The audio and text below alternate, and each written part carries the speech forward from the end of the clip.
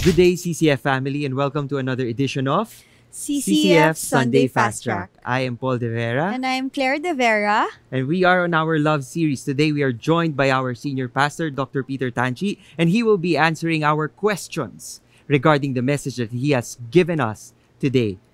Pastor Peter, good day. Our first question is this: how can we encourage those who have difficult people in their lives and have been consistently experiencing abuse, physical abuse, verbal abuse from these people? How can we encourage them to love like Christ? That question has many components. For example, if I talk about encouragement, I will always tell them, do it for the sake of Jesus. Do it because Jesus is the great rewarder. I did not complete the explanation of Luke chapter 6, but at the end it says, your Father is your rewarder. I don't know if you remember that. And then he says, so that you will become the sons of the Most High God. Actually, you can translate that word as follows: so that it will be shown that you are children of God. So the encouragement is everything is a witnessing opportunity. See, many times people cannot see God, but they see God when they see love. Encouragement, ask yourself, what can you grow? What can you do to become more like Christ?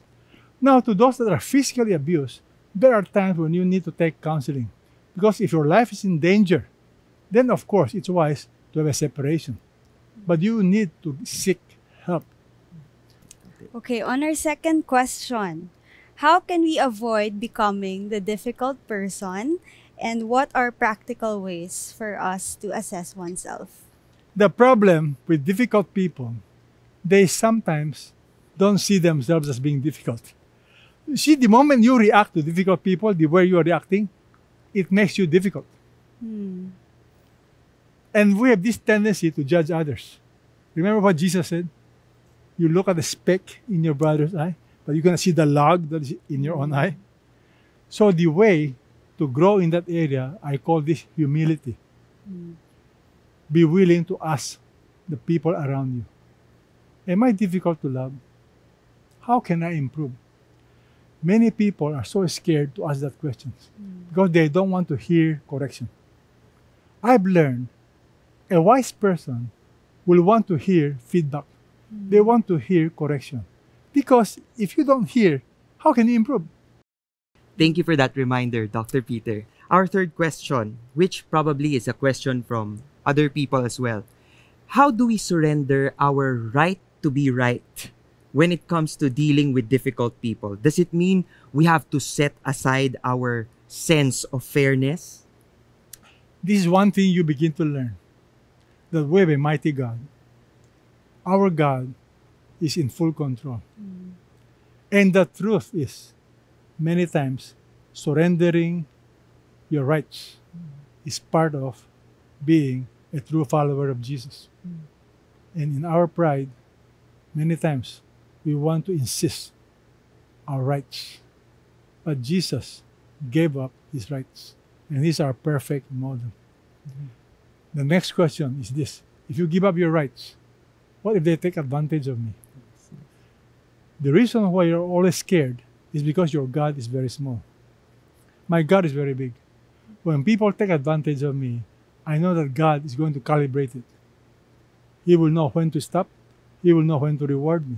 And there are times when he allows people to take advantage of me. I've looked at my own life. People took advantage. But at the end, it became a blessing.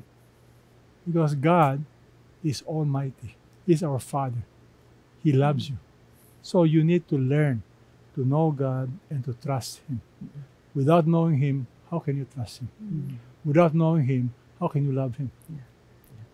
And it's a great comfort to know that he knows us so well and he's able to love us even at our worst, even at us being difficult.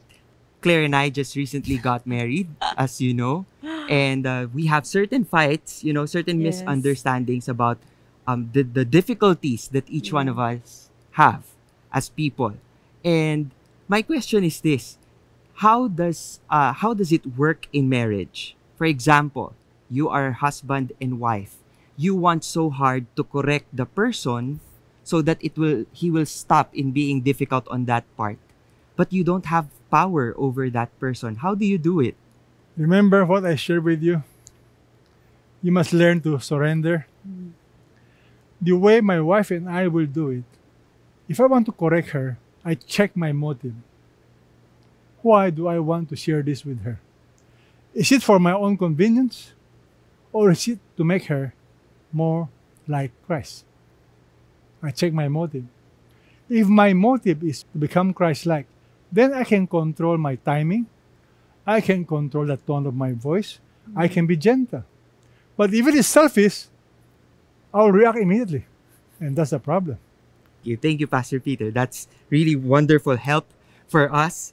We are glad to tell you that this message and all of our services for this matter are available every hour all throughout the week online. You can watch this very same service on demand via our CCF website, CCF mobile app, Facebook page, and YouTube channel. You may also share this message with your family and your friends wherever they may be in the world. Happy Hearts Day! Goodbye and God bless.